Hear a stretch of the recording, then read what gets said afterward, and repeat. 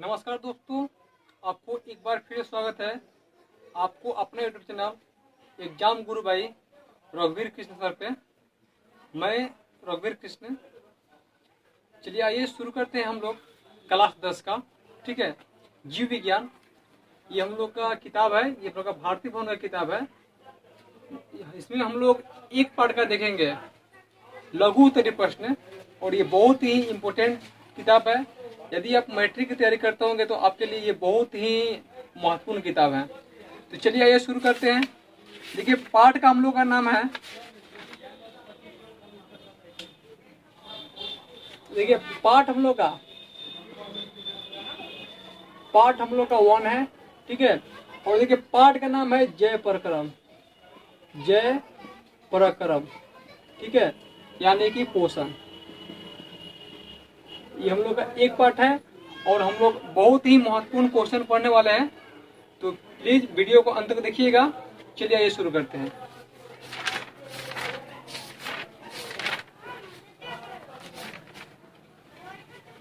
देखिए हम लोग करेंगे आज लघु उत्तरीय प्रश्न, हम लोग करेंगे आज अति लघु उत्तरीय प्रश्न।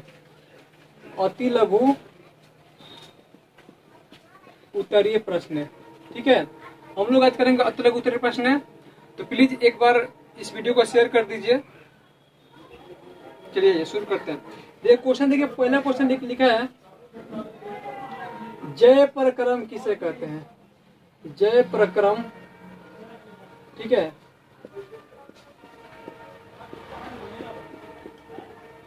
किसे कहते हैं। देखिए जय पराक्रम किसे कहते हैं, है ना, पहला क्वेश्चन है। देखिए इसमें आपको बहुत ही महत्वपूर्ण बात हम बताएंगे। देखिए जय पराक्रम किसे कहते हैं।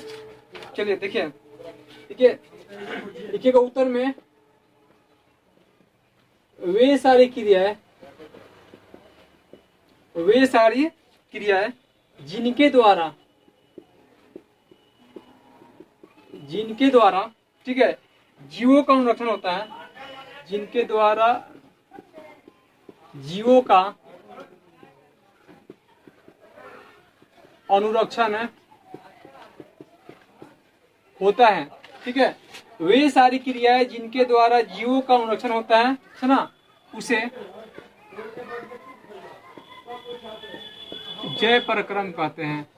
जय पराक्रम कहते हैं। ठीक है, अब आपसे पूछ दिया, हमेशा पूछता है कि जय पराक्रम किसे कहते हैं, तो याद रखिएगा वे सारी क्रियाएं जिनके द्वारा जीवों का अनुरक्षण होता है उसे जय पराक्रम कहते हैं। चलिए क्वेश्चन नंबर देखिए 2 देखते हैं। ये क्वेश्चन नंबर देखिए 2 आपका लिखा हुआ है बहुकोशिकीय जीवों में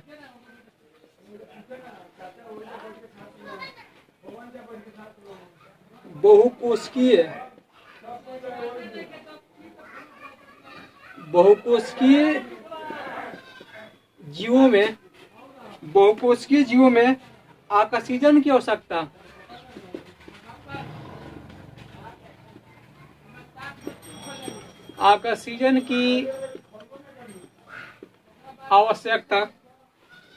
आवश्यकता, ठीक है, विचरण द्वारा क्यों नहीं पूरी हो पाती। विचरण द्वारा, ठीक है, विचरण द्वारा क्यों नहीं पूरी हो पाती, क्यों नहीं पूरी हो पाती है।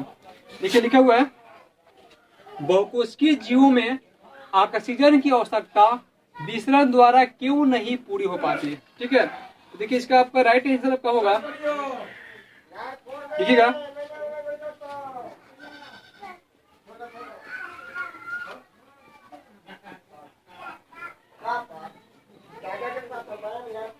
बहुकोशिकीय, ठीक है, ओके, बहुकोशिकीय एवं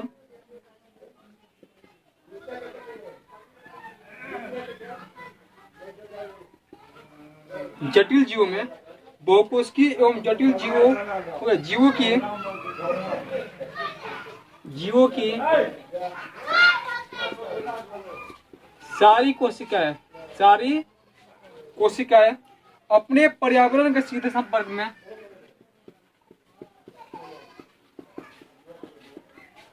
अपने पर्यावरण के सीधे संपर्क में नहीं रह पाती है, नहीं रह पाती है, नहीं रह पाती है।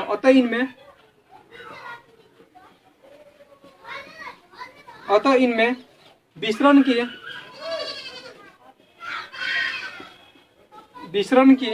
ठीक है, विसरण की साधारण क्रिया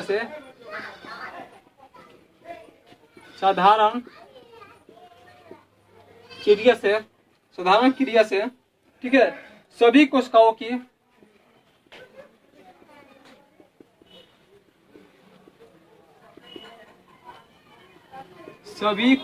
की हो गया, जरूरतें पूरी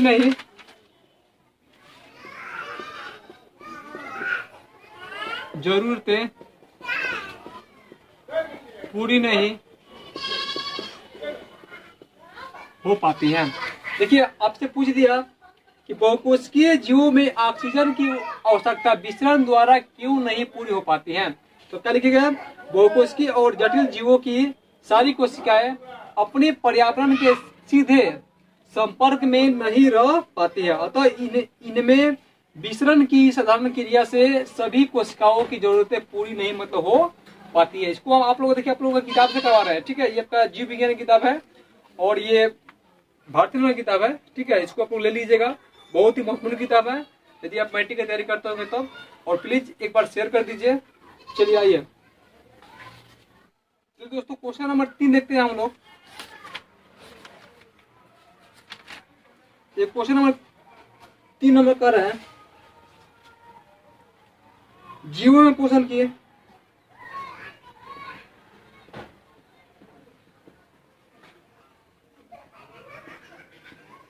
जीवों में पोषण की प्रमुख 2 विधियां कौन कौन सी हैं।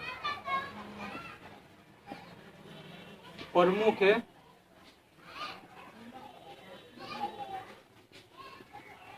2 विधियां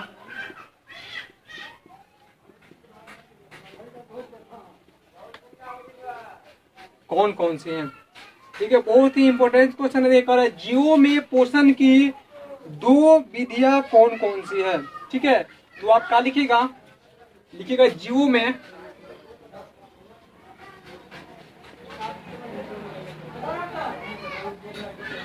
पोषण की प्रमुख है 2 विधियां निम्न है। 2 विधियां निम्न है, ठीक है। एक नाम में लिख लीजिएगा स्वपोषण, ठीक है, और दोनों में लिख लीजिएगा परपोषण, ठीक है।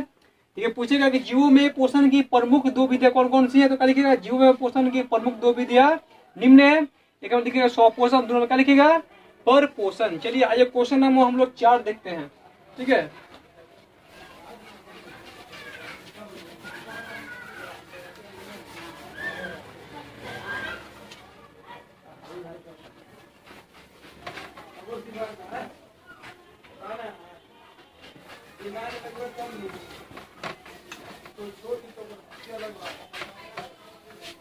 ठीक है, तो दोस्तों क्वेश्चन नंबर 4 देखिए हम लोग का कर रहा है।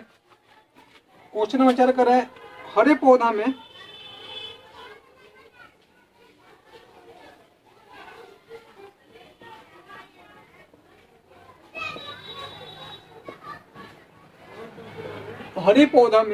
ठीक है, हरे पौधा में किस प्रकार का पोषण पाया जाता है, किस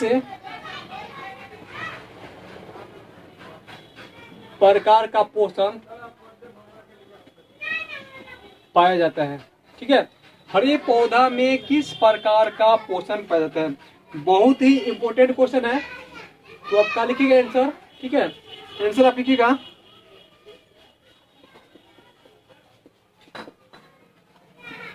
हरे पौधा में ठीक है। हरे पौधा में स्वपोषण पाया जाता है। हरे पौधा में क्या पाया जाता है दोस्तों? स्वपोषण पाया जाता है। चलिए क्वेश्चन नंबर 5 देखिए, देखते हैं हम लोग। ये क्वेश्चन नंबर 5 देखिए, लिखा हुआ है जंतुओं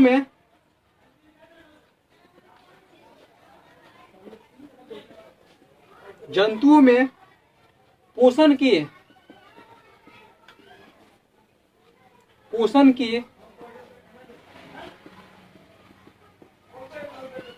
कौन सी विधि पाई जाती है?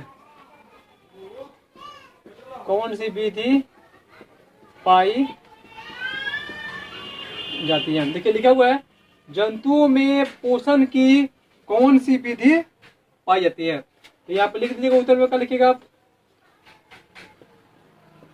जंतुओं में पोषण की हो गया, ठीक है। परपोषण विधि पाई जाती है। जंतुओं में पोषण की कौन सी विधि पाई जाती है? तो परपोषण विधि पाई जाती है दोस्तों, ठीक है। चलिए अगला क्वेश्चन देखिए, 6 नंबर क्वेश्चन देखिए, दिया हुआ है तीन प्रकार के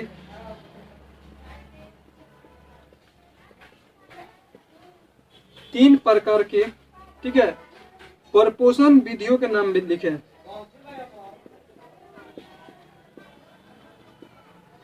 परपोषण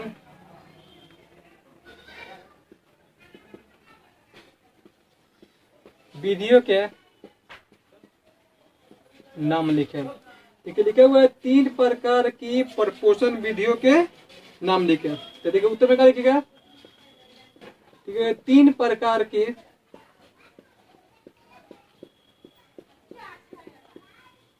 परपोषण विधियों के नाम निम्न है। 3 प्रकार की परपोषण विधियों के नाम निम्न है। देखिए एक नाम में क्या लिखिएगा? एक नाम लिखिएगा मृतजीवी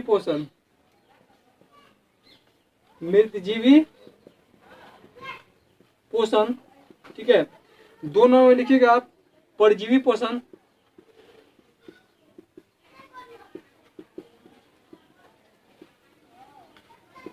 और देखिए और 3 नाम में लिखिएगा प्राणी संभोजी।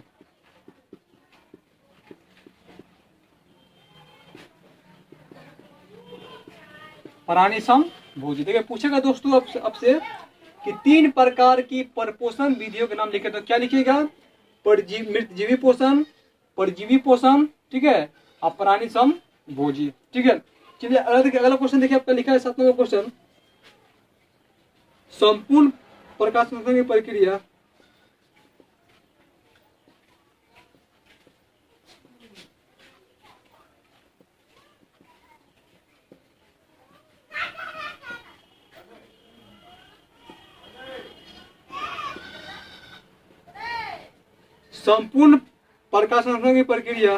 का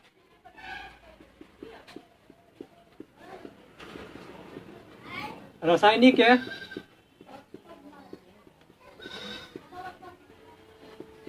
समीकरण लिखे। देखिए दोस्तों लिखा हुआ है कि संपूर्ण प्रकाश संश्लेषण की प्रक्रिया का रासायनिक समीकरण लिखे। तो देखिए कुछ नहीं करना है, देखिए इसमें आप क्या लिख लीजिएगा, देखिए आपका आंसर हो जाएगा 6CO2 प्लस 12H2O, इसको लोग बोलते हैं तीर चिन्ह, ठीक है।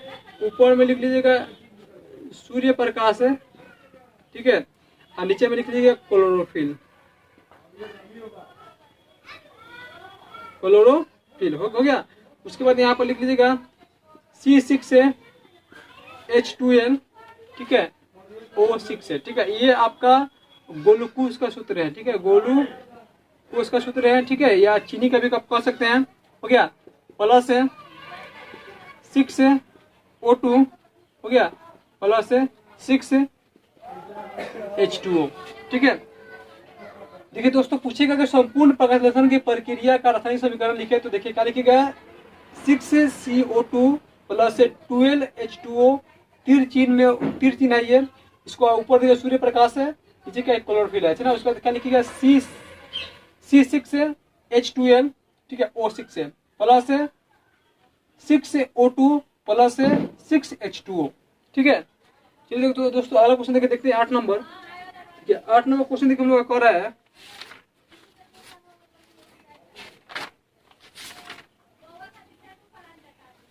प्रकाश संश्लेषण की प्रक्रिया,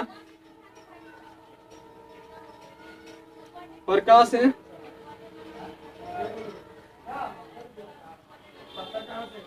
संश्लेषण की प्रक्रिया में उपोत्पाद हो गया, उपोत्पाद के रूप में, उपोत्पाद के हो गया रूप में क्या बनता है, क्या बनता है। देखिए बोलेगा कि प्रकाश संश्लेषण की प्रक्रिया में उपोत्पाद के रूप में क्या बनता है, तो देखिए आप क्या लिखिएगा, आप उत्तर लिख लीजिएगा, ठीक है। प्रकाश संश्लेषण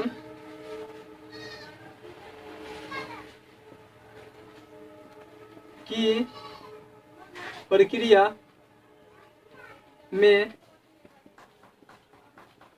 उपोत्पाद के रूप में, ठीक है, आकाशीजन बनता है, ठीक है। ठीक है, प्रकाश संश्लेषण की प्रक्रिया में उपोत्पाद के रूप में आकाशीजन बनता है। चलिए अगला देखिए, हम लोग देखते हैं, थोड़ा सा मिट का ले, इसको आप लोग स्क्रीनशॉट ले लीजिए, ठीक है। एक बार प्लीज दोस्तों शेयर कर दीजिए।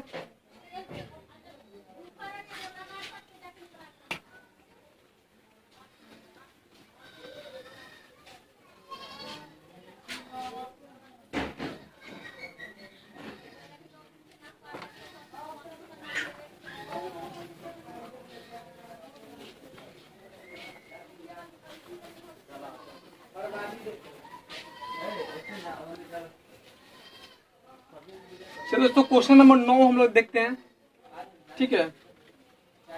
आज आपका पूरा हम मतलब उत्तरीय प्रश्न खत्म करवा कर रहेंगे, ठीक है। चलिए 9 नंबर क्वेश्चन देखिए, देखते हैं,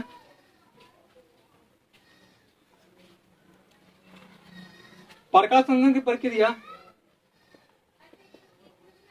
प्रकाश है,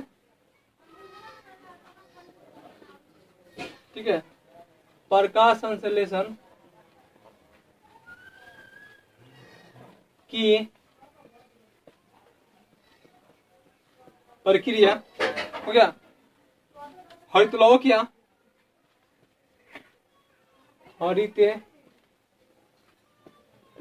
हो गया क्लोरोप्लास्ट में ही,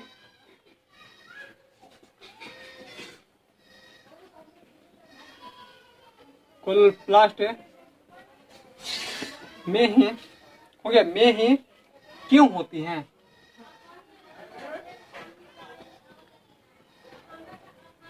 देखिए दोस्तों लिखा हुआ है, प्रकाश संश्लेषण की प्रक्रिया हरितलवक या क्लोरोप्लास्ट में ही क्यों होती है। तो देखिए आप उत्तर क्या लिखिएगा, आप लिखिएगा प्रकाश संश्लेषण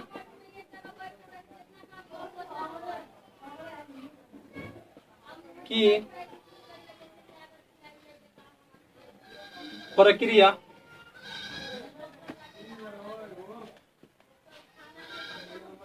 हरितलवक या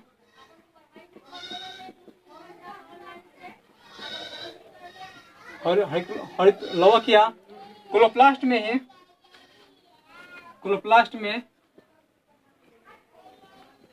ही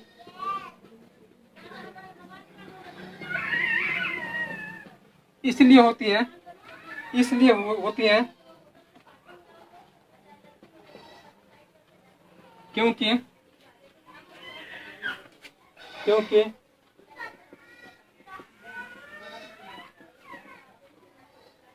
क्लोरोप्लास्ट में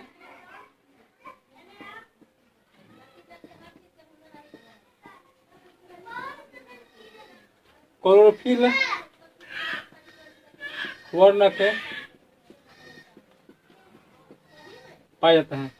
देखिए, प्रकाश की प्रक्रिया हरितलौह या क्लोरोप्लास्ट में ही इसलिए होती है क्योंकि क्लोरोप्लास्ट में ही क्लोरोफिल वर्णक पाया मतलब जाता है। चलिए अगला क्वेश्चन हम चलिए देखते हैं। Question number 10। क्वेश्चन नंबर 10 ठीक है, लिखा हुआ है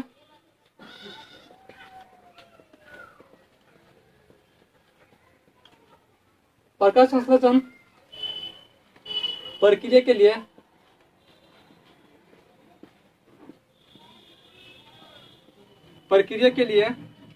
किन किन पदार्थों की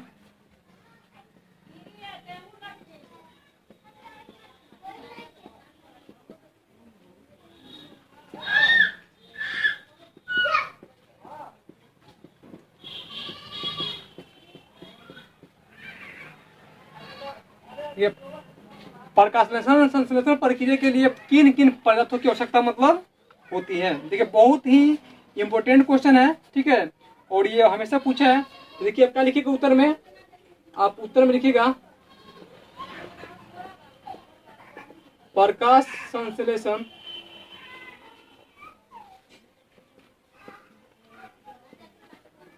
प्रक्रिया के लिए निम्न 4 पदार्थों की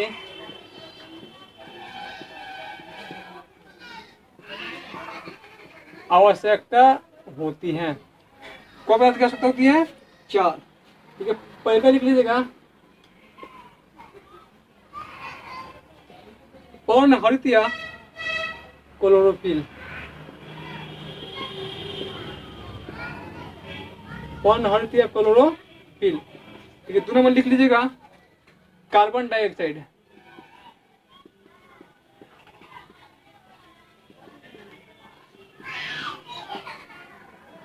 ठीक है, और देखिए 3 नंबर में लिखिएगा जल। और देखिए 4 नंबर लिखिएगा सूर्य प्रकाश।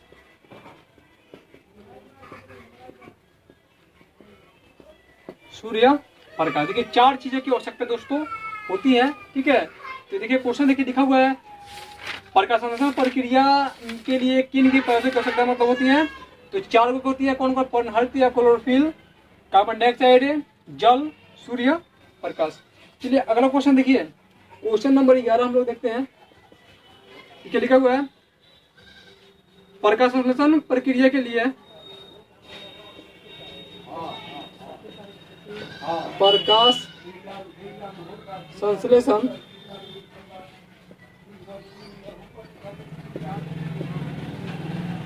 प्रक्रिया के लिए पौधे CO2 हो गया। CO2 कहां से प्राप्त करते हैं? बहुत इंपॉर्टेंट क्वेश्चन है। प्रकाश संश्लेषण प्रक्रिया के लिए पौधा CO2 कहां से प्राप्त करते हैं? तो देखिए आप उत्तर का लिखिएगा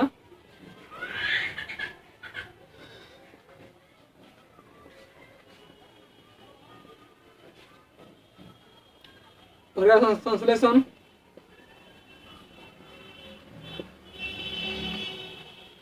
प्रक्रिया के लिए पौधे CO2, ठीक है, वायुमंडल से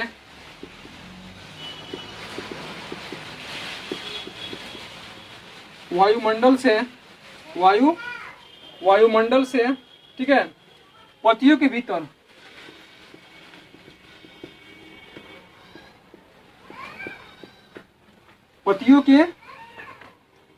भीतर हो गया। पत्तियों के भीतर कोशिकाओं के विसरण द्वारा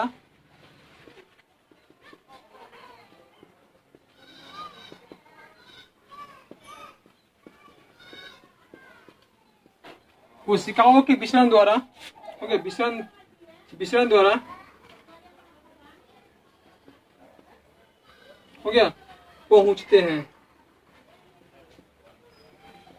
पहुंचते हैं। देखिए, प्रकाश संश्लेषण प्रक्रिया के लिए पौधा CO2 वायु से पत्तियों के भीतर कोशिकाओं के विसर्जन द्वारा पहुंचते हैं। दोस्तों एक बार शेयर कर दीजिए प्लीज भाइयों, एक बार शेयर कर दीजिए। चलिए आइए अगला क्वेश्चन, क्वेश्चन नंबर 12। ये क्वेश्चन नंबर 12 कर रहा है कवक और जीवाणुओं में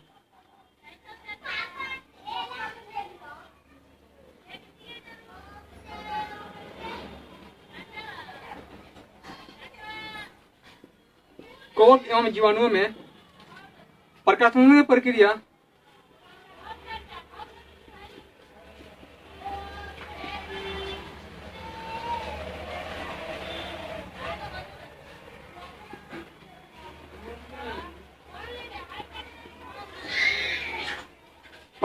प्रक्रिया क्यों नहीं हो पाती है?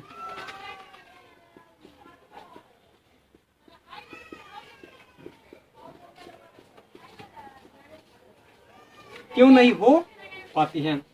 तो देखिए आपका, देखिए राइट आंसर क्या हो जाएगा,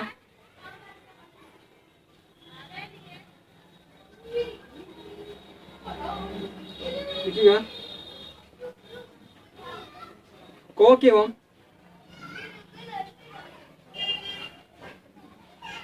जीवाणुओं में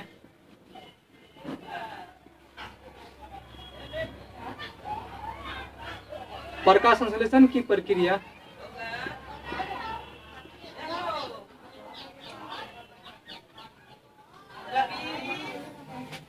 ठीक है दोस्तों, ना क्या हो प्रक्रिया, ठीक है, प्रक्रिया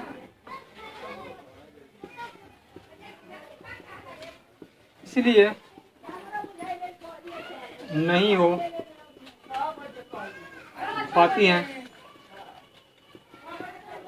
इसलिए नहीं हो पाती है, इसलिए नहीं हो पाती है क्योंकि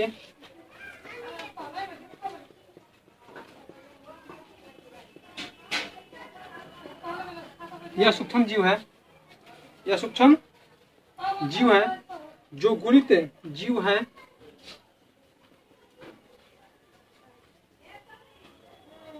जो गुणित कार्बनिक पदार्थों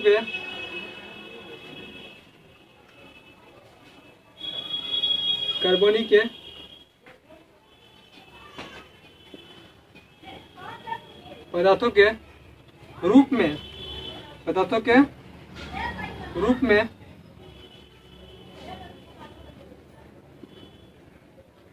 भोजन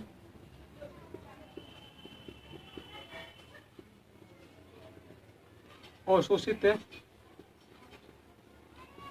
करते हैं।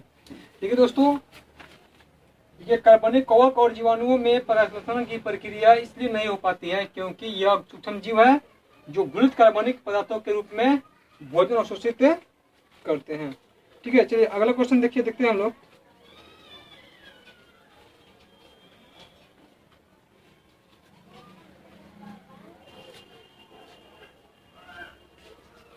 देखिए लिखा हुआ है पोषण के दृष्टिकोण से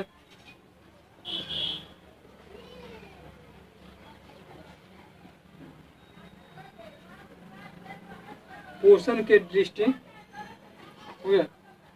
दृष्टिकोण से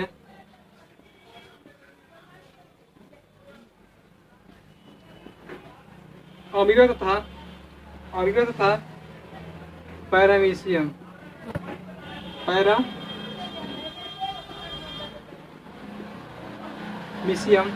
ठीक है, किस प्रकार के जंतु हैं?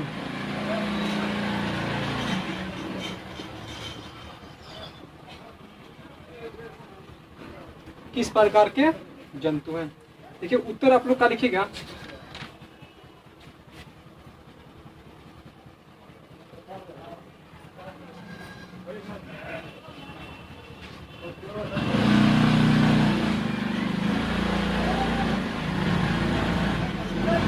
पोषण के दृष्टिकोण से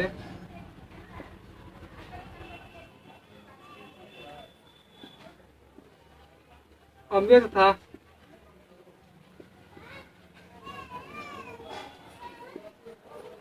अभी था पैरामीशियम, पैरामीशियम हो गया।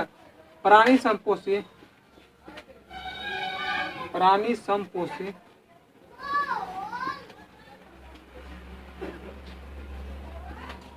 प्राणी संपोषी जंतु है, प्राणी संपोषी जंतु है। ठीक है, ये पोषण के दृष्टिकोण से पैरामीशियम प्राणी संपोषी जंतु है। चलिए अगला क्वेश्चन देखते हैं 14 नंबर। ठीक है, इसको स्क्रीनशॉट ले लीजिए और एक बार शेयर भी कर दीजिए वीडियो अगर अच्छा लग रहा है तो। ठीक है, जितना शेयर कीजिएगा, जितना बच्चा देखेगा, उतना मैं वीडियो बनाऊंगा, उतना मुझे खुशी होगी। एक बार दोस्तों शेयर कर दीजिए प्लीज दोस्तों। चलिए अगला क्वेश्चन चलिए आइए देखते हैं। चलिए क्वेश्चन नंबर देखिए, क्वेश्चन नंबर हम लोग कर रहे हैं 14 नंबर।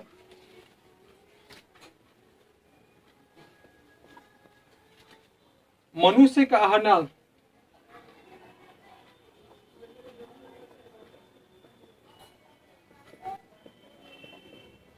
मनुष्य का आहार नाल हो गया, कौन कौन मुख्य भागों में बटा होता है? आहार नाल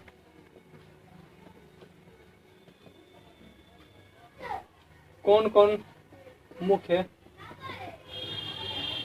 भागों में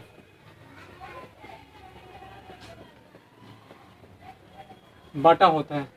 मनुष्य का आहार नाल कौन कौन से मुख्य भागों में बांटा होता है? देखिए आप क्या लिखिएगा, अब देखिए मनुष्य का आहार नाल निम्न मुख्य भागों में बांटा होता है। निम्न मुख्य भागों में बांटा होता है। देखिएगा आमाशय, ठीक है, 2 नंबर लिखिएगा पक्वाशय,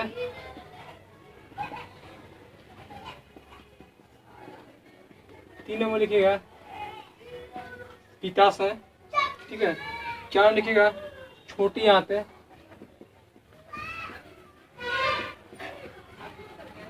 हो गया, 5 नंबर लिखिएगा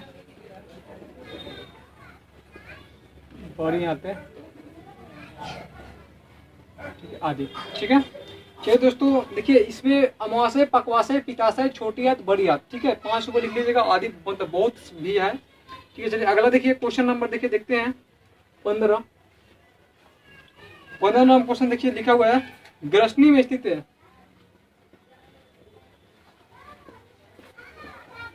ग्रसनी में स्थित है 2 छिद्रों के नाम लिखे,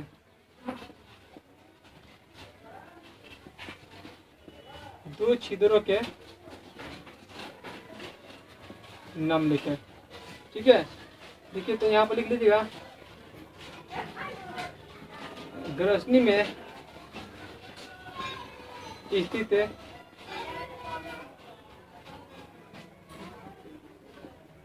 2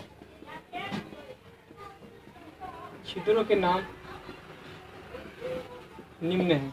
ठीक है, 2 छिद्रों के नाम निम्न है। एक नंबर लिखिएगा निगल द्वार,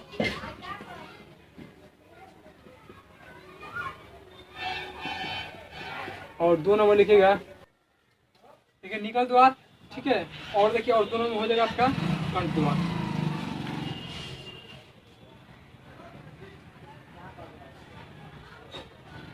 पूछेगा ग्रसनी में स्थित 2 छिद्रों के नाम में देखा होगा, ग्रसनी में 2 छिद्र के नाम कौन सा है? निगल द्वार, और 2 नंबर आपका हो जाएगा कंठ द्वार। चलिए आइए अगला क्वेश्चन देखिए देखते हैं हम लोग।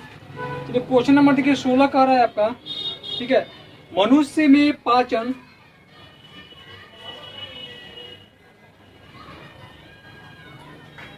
मनुष्य में पाचन, ठीक है, मनुष्य में पाचन आहारनाल के आहारनाल के किस भाग से शुरू होता है? किस भाग से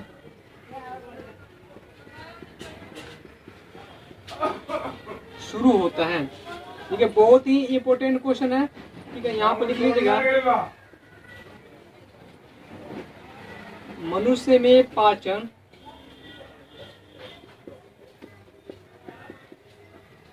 आहारनाल के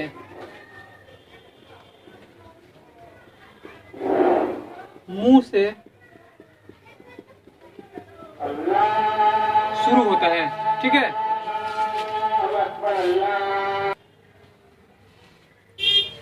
चलिए क्वेश्चन नंबर 7 देखिए, लिखा है दोस्तों, मनुष्य के आहारनाल के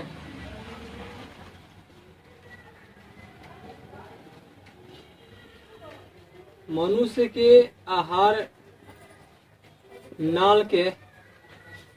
के आहारनाल के ठीक है, मनुष्य के आहारनाल के किस भाग में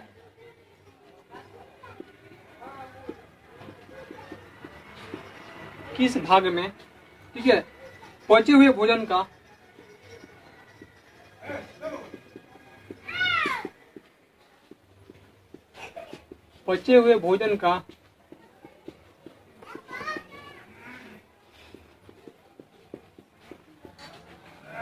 अवशोषण होता है। मनुष्य के आहारनाल के किस भाग में पचे हुए भोजन का अवशोषण होता है? तो देखिए इसका देखिए राइट आंसर लिख लीजिएगा,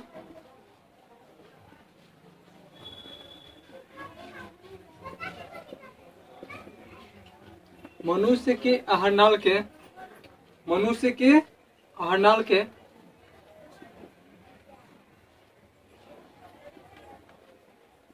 छोटी आंत में पचे हुए भोजन का अवशोषण होता है। मनुष्य के आहारनाल के छोटी आंत में पचे हुए भोजन का अवशोषण होता है। चलिए अगला क्वेश्चन नंबर देखिए, 18 नंबर क्वेश्चन देखिए, लिखा हुआ है क्लोरोफिल वर्ण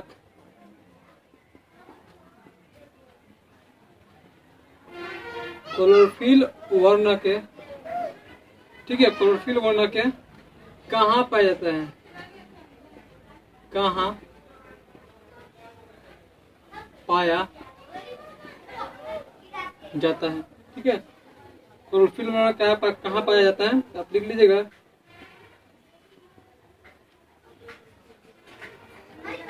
क्लोरोफिल वर्ण के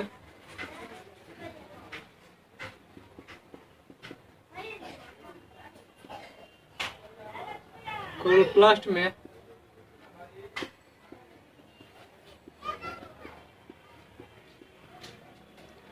पाया जाता है। कहाँ पाया जाता है? क्लोरोप्लास्ट में। चलिए अगला क्वेश्चन आपको लिखा हुआ 19 नंबर, प्रकाश संश्लेषण प्रोग्राम द्वारा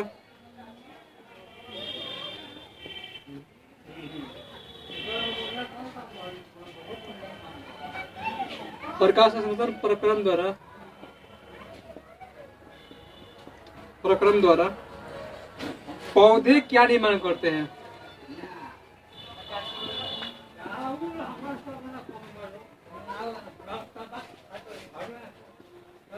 पौधे क्या निर्माण करते हैं? ठीक है, ठीक है दोस्तों, लिखा हुआ है क्वेश्चन नंबर 19, प्रकाश संश्लेषण ठीक है प्रक्रम द्वारा पौधे क्या निर्माण करते हैं? तो उत्तर आप लिख लीजिएगा, प्रकाश है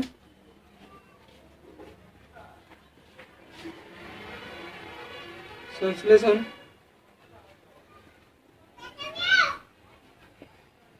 प्रक्रम द्वारा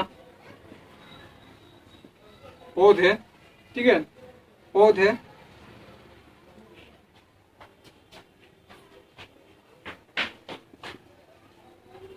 भोजन निर्माण करते हैं। ठीक है, प्रकाश संश्लेषण प्रोग्राम द्वारा पौधा भोजन निर्माण करते हैं। चलिए इसको स्क्रीनशॉट ले लीजिए, हम लोग अगला क्वेश्चन की ओर बढ़ते हैं।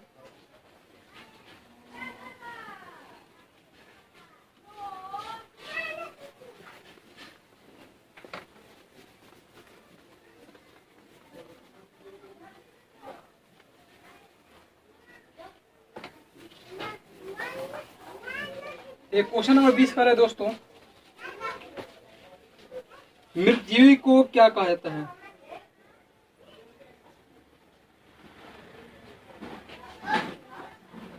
मृत जीवी को क्या कहा जाता है? मृत जीवी को क्या कहा जाता है? क्वेश्चन ये कर रहे हैं, देखिए आप यहाँ पे लिख सकते हैं मृत जीवी को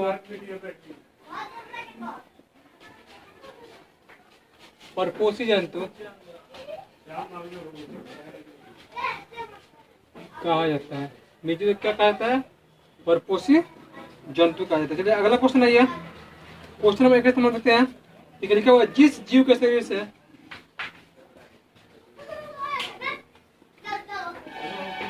जिस जीव के शरीर से परजीवी अपना भोजन प्राप्त करते हैं, परजीवी अपना भोजन प्राप्त करते हैं, परजीवी अपना भोजन प्राप्त करते हैं, वे क्या कहलाते हैं? वे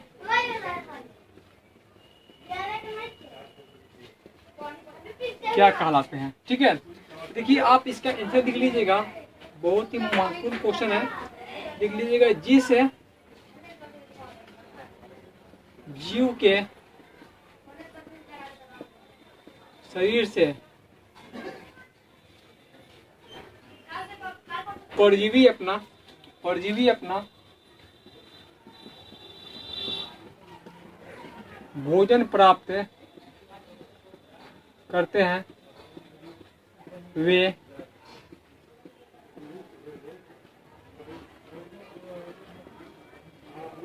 पोषी कहलाते हैं। वे क्या कहलाते हैं? वे पोषी कहलाते हैं। चलिए अगला क्वेश्चन देखिए, क्वेश्चन नंबर 22। गोबर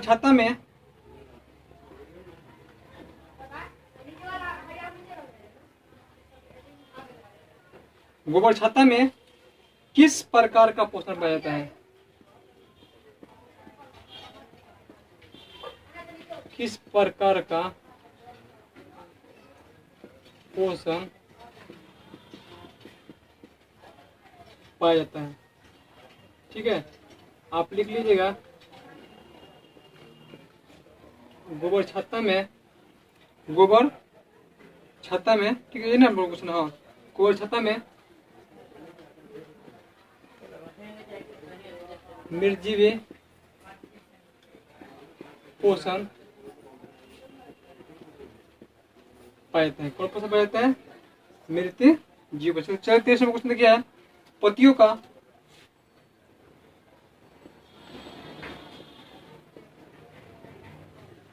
का कौन सा अंग है?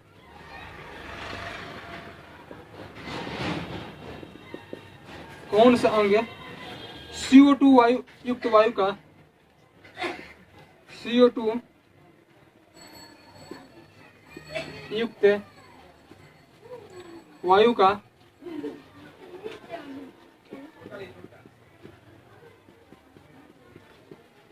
प्रवेश द्वार है? तो आप लिख लीजिएगा उत्तर में,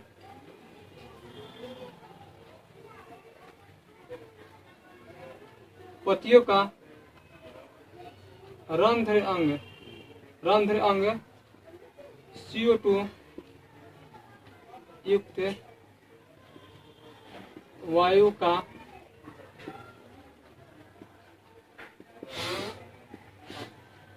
प्रवेश द्वार है। CO2 युक्त वायु का क्या है? प्रवेश द्वार है। चलो क्वेश्चन नंबर 24 देखिए, लिखा है, पोषण की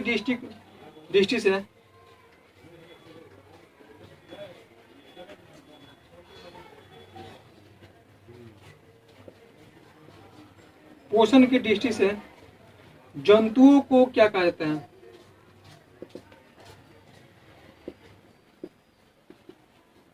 जंतुओं को क्या कहा जाता है? ठीक है, उत्तर लिख लीजिएगा, इन्हें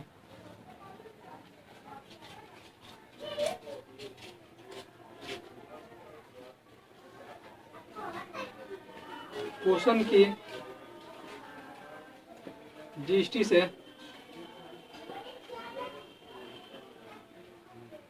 जंतुओं को प्राणी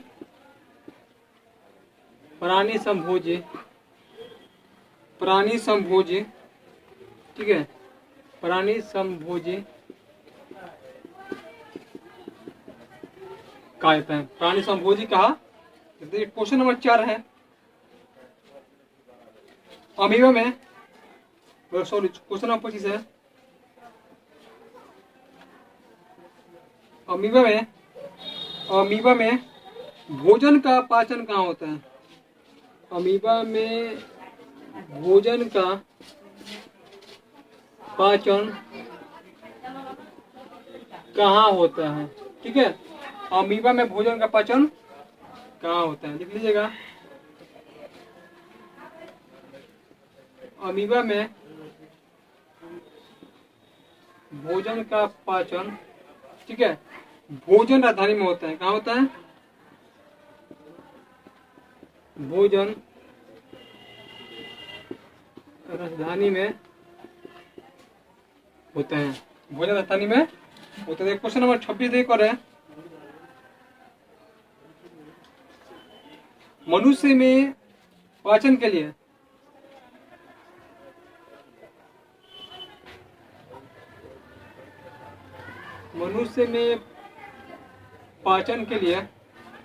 पाचन के लिए विशेष अंग को क्या कहते हैं? विशेष अंग को क्या कहते हैं? मनुष्य में पाचन के लिए विशेष अंग को क्या कहते हैं? देखिए तो उत्तर आप लिख लीजिएगा। इन्हें क्वेश्चन हम लोग का है, ठीक है। मनुष्य में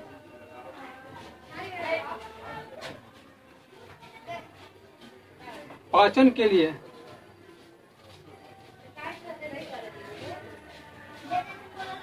विशेष अंग को आहार नाल कहते हैं, ठीक है। मनुष्य में पाचन के लिए विशेष अंग को क्या कहते हैं? आहार नाल कहते हैं। चलिए आइए क्वेश्चन नंबर 26 देखते हैं। इसका प्लीज स्क्रीनशॉट ले लीजिएगा और प्लीज एक बार शेयर कर दीजिए। चलिए आइए,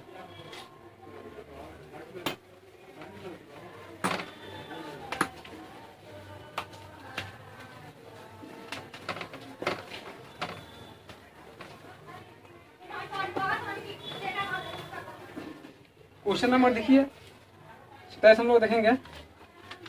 इस तरह से क्वेश्चन कर रहा है, मनुष्य के जीभ की ऊपरी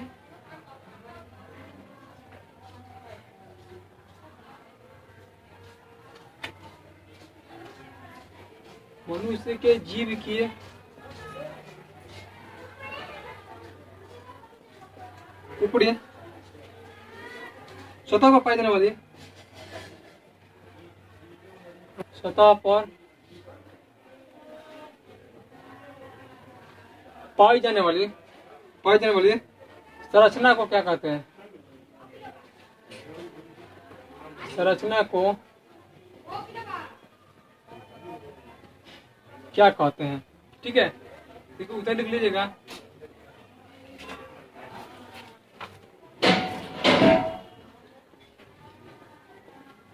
मनुष्य के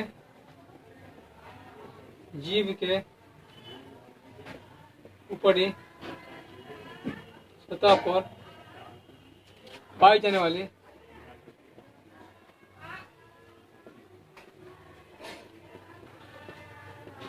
संरचना को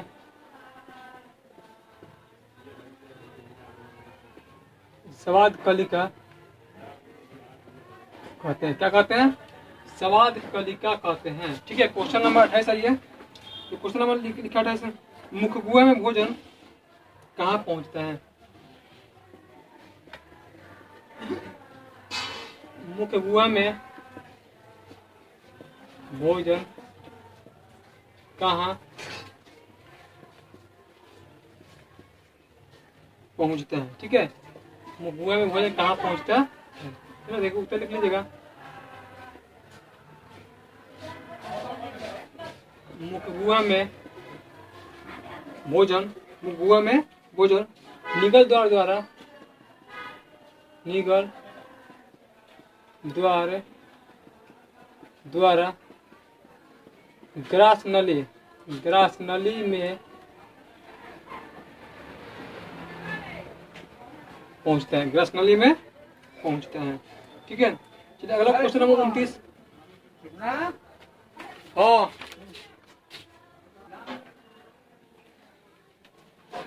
चलिए क्वेश्चन नंबर 29 बोल रहा है, ग्रास नली की दीवार में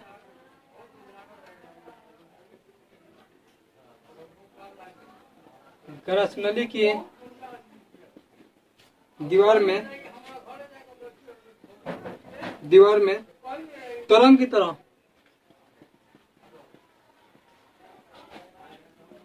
तरह होने वाले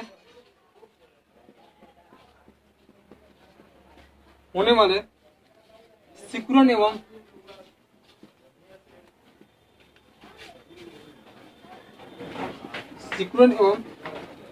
फैलाव को क्या कहते हैं?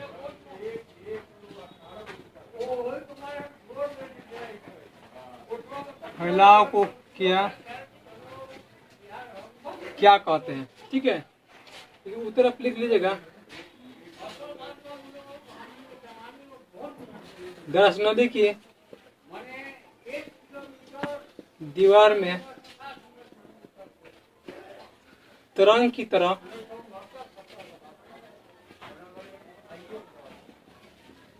होने वाले सिकुड़न एवं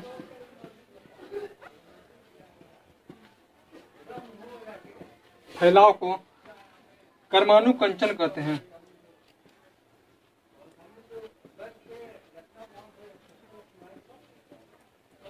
परमाणु कंचन कहते हैं। ठीक है, चलिए अगला देखिए, अगला 30 नंबर क्वेश्चन है,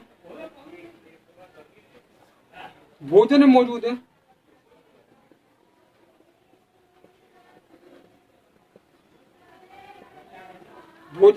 है प्रोटॉन को पेप्टोन में कौन सा एंजाइम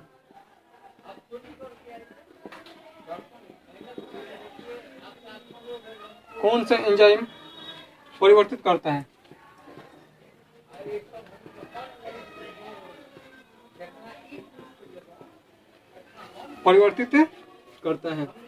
देखिए, तो उत्तर देखिए, लिख लीजिएगा।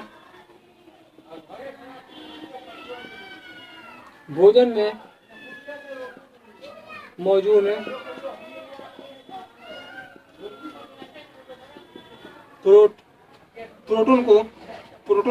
भोजन में मौजूद पेप्टोन को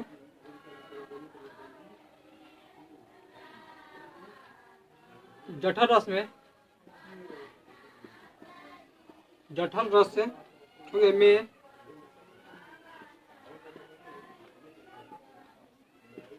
मौजूद है, ठीक है, पेप्सिन हो गया, परिवर्तित करता है,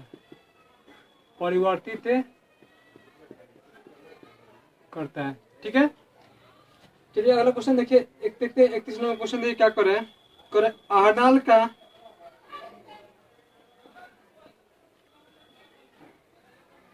आहरनाल के सबसे लंबे भाग को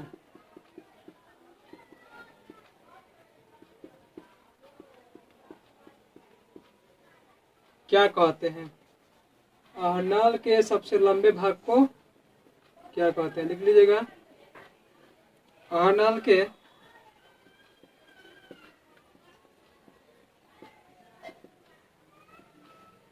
सबसे लंबे भाग को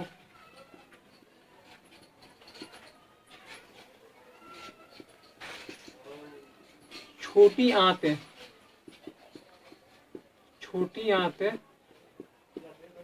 कहते हैं। क्या कहते हैं? छोटी आंतें कहते हैं। चलिए अगला क्वेश्चन है, क्वेश्चन नंबर 32। शरीर की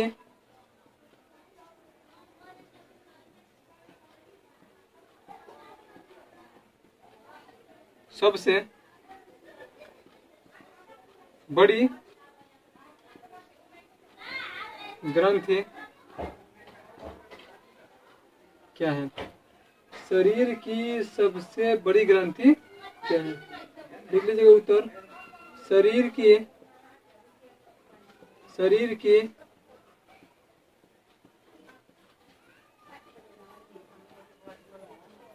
सबसे बड़ी ग्रंथि यकृत है। शरीर की सबसे बड़ी ग्रंथि क्या है? यकृत है। क्वेश्चन नंबर लिखा है, पाचन की क्रिया कहाँ पूर्ण होती है? पाचन की क्रिया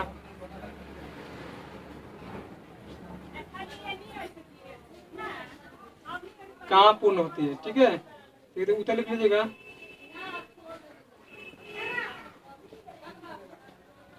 पाचन की क्रिया छोटी आंत में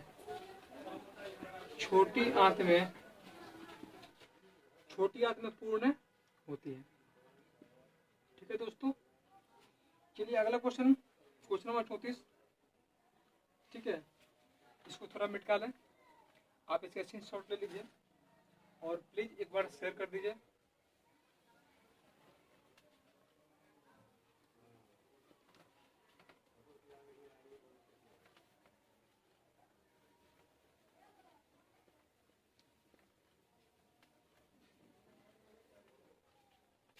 ये क्वेश्चन नंबर 34 देखिए दोस्तों, कर रहा है कि छोटी आंत एवं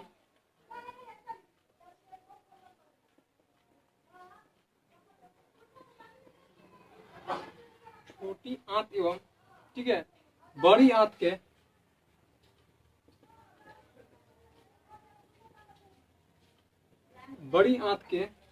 हो गया जोड़ पर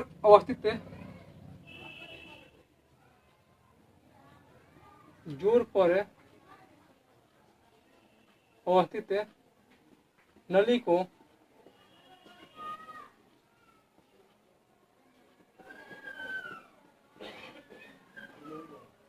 क्या कहते हैं? ठीक है, लिखा हुआ है छोटी आंत और बड़ी आंत के जोड़ पर अवस्थित नली को क्या कहते हैं? तो आप लिख लीजिएगा, छोटी आंत एवं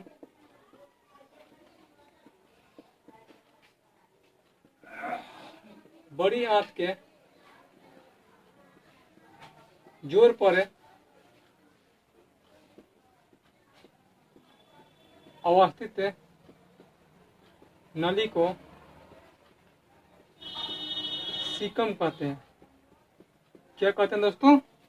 सीकम कहते हैं। ठीक है, और देखिए हम लोग का लास्ट क्वेश्चन रह गया और चलिए वो भी देख लीजिए। क्वेश्चन नंबर 35, अपचा भोजन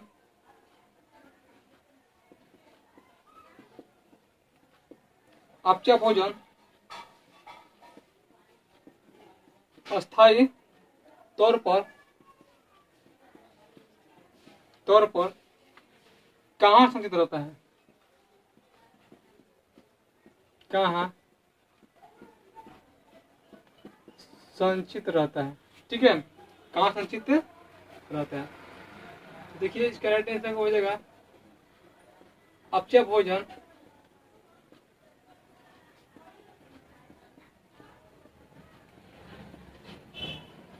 अस्थायी तौर पर रेक्टम पर संचित रहता है। ठीक है दोस्तों, आपके पास कहाँ संचित होता है? रेक्टम संचित होता है। ठीक है दोस्तों, एक बार शेयर कर दीजिए और वीडियो अच्छा लगा होगा तो प्लीज एक लाइक कर दीजिएगा और कमेंट करके बताइएगा। चलिए फिर मिलते हैं अगले बार, बाय बाय।